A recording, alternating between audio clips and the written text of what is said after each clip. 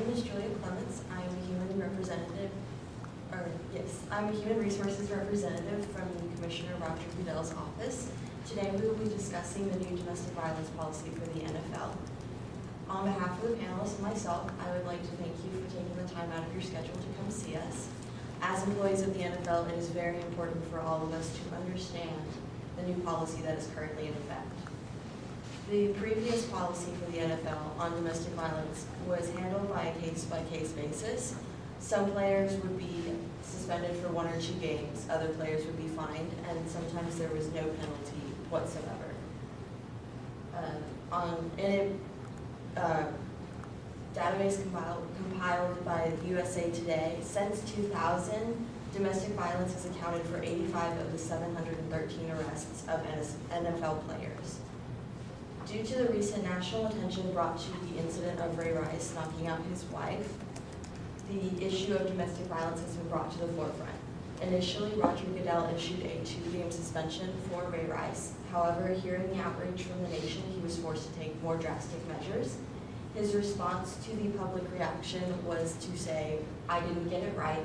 Simply put, we have to do better." Domestic violence and sexual assault are illegal and they have no place in the NFL. They are unacceptable anywhere, under any circumstances. In this letter he sent to the owners, he also included the rules for a new policy that we are discussing today. The policy that is being enacted now is that any NFL employee, for their first offense of either domestic violence or sexual assault, will receive a 6-game suspension without pay. The second offense, if they cause a second offense, they will be banned for life with the opportunity to appeal the ban after a year. Again, today we are discussing this policy, and our panelists are Ms. Megan McNitch, she is an ESPN analyst, Ms. Ava Bassler, she is a previous NFL team manager, Mr. Alex Benedetto, he is an ESPN analyst as well, and Mr. Brian Garza, quarterback for the NFL. We do have a couple ground rules for this panel. Panelists, please do not interrupt each other. You will have the chance to address a panelist if you ask permission after they are finished. Each panelist will be asked 2 questions. They will have no more than a minute to answer each question. And audience, please do not interrupt the panel. You will have a chance to ask questions towards the end in the allotted Q&A time. So to begin, we are going to ask each panelist the same question. So we're going to begin with Ms. Megan McNitch. Please state your stance on the policy and describe any changes you would make. Thank you, Julia. Thank you for inviting me to be on this panel today. As you said, my name is Megan McNitch, and I am in favor of the NFL's new domestic violence policy. Some of my reasons for this include that according to an article from the Boston Globe, only about 12% of businesses actually have a domestic violence policy in place. Of that 12%, 4% of them offer training and rehab skills for employees who are in offense of this policy. So I think it's really important that the NFL is taking a leadership stance in this and leading the pack of about 88% of the companies who have not formed a policy yet. I also understand that most NFL employees get to enjoy a higher standard of living, so I think it's important to hold them to a higher moral standard as well.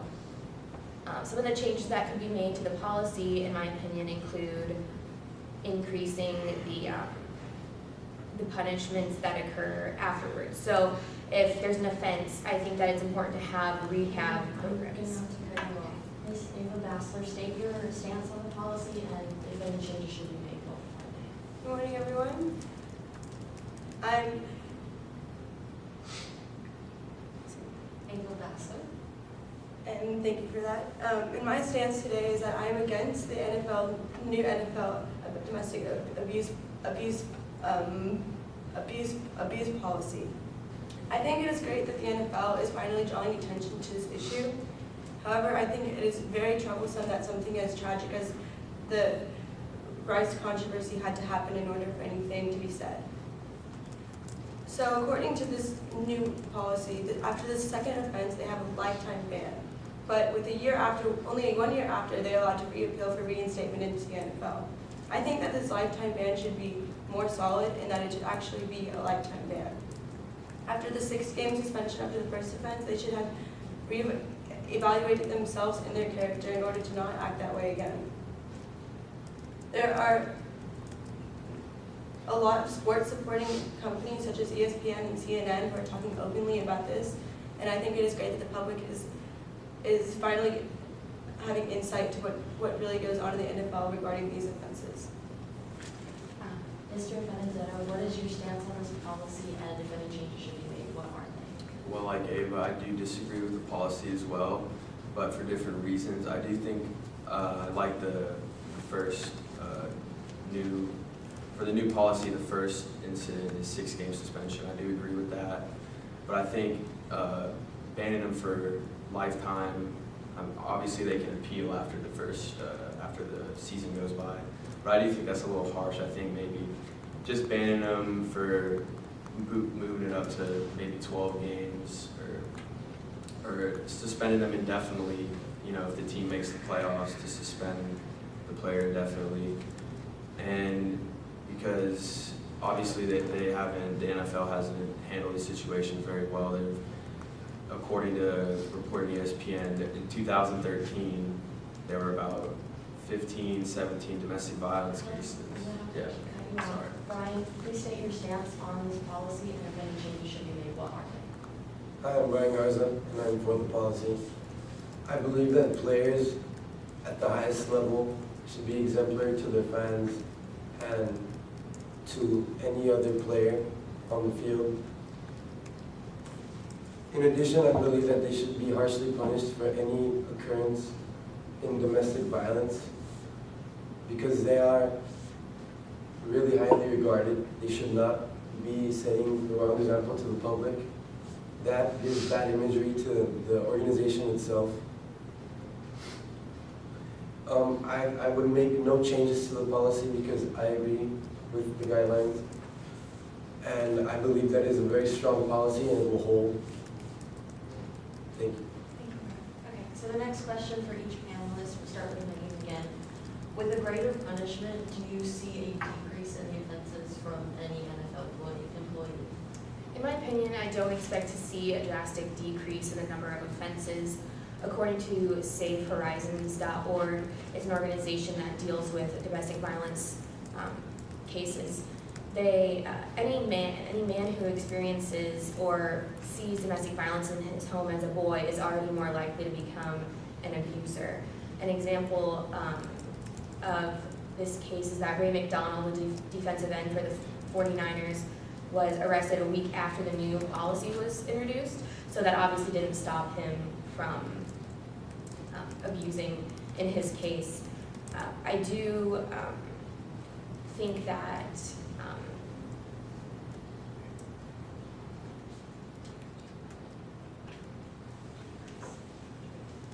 so I don't expect to see a decrease in the number of offenses after this takes place, and that is why I'm in favor of having a policy in place so we can deal with the cases as they come. Ms. Ava Bassler, with a greater punishment, do you expect to see a change in the number of offenses committed by NFL employees? Yes, I do think that the number of NFL employees who commit these crimes will decrease. I think that with the punishment already in place, that more people will make an effort to avoid making these crimes for the sake of their job. However, I do believe that with this policy instated, this will still happen, because according to the New York Times, in 2007, around 25 arrests were made regarding abuse crimes in the NFL. With these crimes came consequences. However, the other players did not really take note to these consequences because just as many crimes were still happening, even though other players were getting in trouble for their crimes. I think with my idea of a no tolerance policy, that the numbers of crimes will diminish year by year, because if other players actually see players losing their job. I'm sorry. Alex, with the greater punishment, do you see a change in the number of offenses committed by NFL employees? I think there would be a big change because, like I said, the new policy is a bit harsh. So there are, a lot of first offenders out there. So I do think they'll think twice before doing something like that. I think it's a necessary change too, because on Megan's issue, another example of Greg Hardy plays for the Panthers. I remember seeing him in a football game, like playing, and he was, because his case was pending on him abusing his girlfriend, throwing her on like a bed full of assault rifles and, you know, beating her a few times, and that's egregious, obviously. And I think it's a necessary change. Mr. Brian Garza, with a greater punishment, do you think we will see a change in the offenses committed by NFL employees? Of course, I believe that if players see other players being harshly punished, they wouldn't want to ruin their reputation. In addition, the rate this year for domestic policy was 55.4% without anything. And I believe that with this policy, the rate will go down due to the fact that it will be extremely effective. In addition, as a player, I will be setting an example to all my peers, and as a man, it is in my character to respect every woman and avoid any conflict that might occur. And that is why I support this policy, because not only should women be treated as equals, but we should all be treated as equals. It is a game, it isn't anything that should cause violence. So just to recap this panel today, Ms. Megan McNitch is for the policy because most companies don't actually have a policy in place yet. So she believes the NFL is actually ahead of the game in this policy making. Ava Bassler is against the policy change because she believes the team should be stricter in enforcing this policy and have stricter rules for when this is happening. Mr. Brian Garza is for the policy because public figures should be held to a higher standard than anybody else. And Mr. Alex Benedetto is against the policy change because he believes that the policy is not enough to keep players in line. Thank you again for attending this. Thank you to the panelists. And are there any questions? Yes. This question's for Megan. What do you think the timeline should be according to when the incident occurs and when the punishment takes effect? So Megan, the question is, what do you think the timeline should be for when the incident occurs and when the punishment takes effect? Okay. So an example of this again is the Ray McDonald case. He was, I believe, arrested, and he is continuing to play this season. And his organization is saying they're allowing due process to take place. In my opinion, I think if there's physical evidence or a witness that you should not be able to play, but if it's just an accusation and there's no proof at all, then you should be able to continue to play. However, players like Steve Young and Jerry Rice have both come forward saying that even if there's an accusation, you should be benched immediately. So I think this is a case of how little specifications in the policy could make it more clear on what exactly is going to take place once an offense occurs. Question for Ava. What do you think the NFL should consider an offense? So Ms. Bassler, what do you think the NFL should consider as an offense? I believe that any offense that calls on extra help, such as the police, or even if a spouse is trying to seek help after the offense and not currently during the offense, then any proof that is, I think that an offense should be made when proof is shown what actually happened, because you never want someone to be in trouble for something they didn't actually do or if something is over-exaggerated. And so with my idea of a policy where it would be a real lifetime removal from the NFL, you would want that their offenses to be concrete and solid, so they're actually deserving their lack of job. I have a question for Brian. So Brian, my question is, what is an organization that I can refer to someone if I'm in a bad situation? So Mr. Garza, what is an organization you can refer someone to if he's in a bad situation? As Meg said, Safe Horizon is an organization. You can go on their website. They have various things. They have how to tell if someone is being physically abused. In addition, they have help centers, so you can call and they can help. Any questions? Yes, sure. A lot of people are arguing that Ray Rice was subjected to double jeopardy by the NFL. I was just curious if any of y'all have any ideas on that stance. Okay, so for Mr. De Benedetto, a lot of people are arguing that Ray Rice was submitted to double jeopardy. How do you feel about this? In a sense, I do agree with you because he was ultimately suspended indefinitely because of the video. But that was months after we knew that, we saw that his woman was unconscious coming out of the elevator. So we kind of knew that, he struck her in some sort of way. What the video told us was what he specifically did, and obviously he can't do that. But in a way, yeah, it is double jeopardy. And I disagree with how the NFL only gave him 2 games. They should have said from the start like 8 games or something like that, and then just left it alone. But I just think the commissioner could have handled it better. Thank you, everybody, and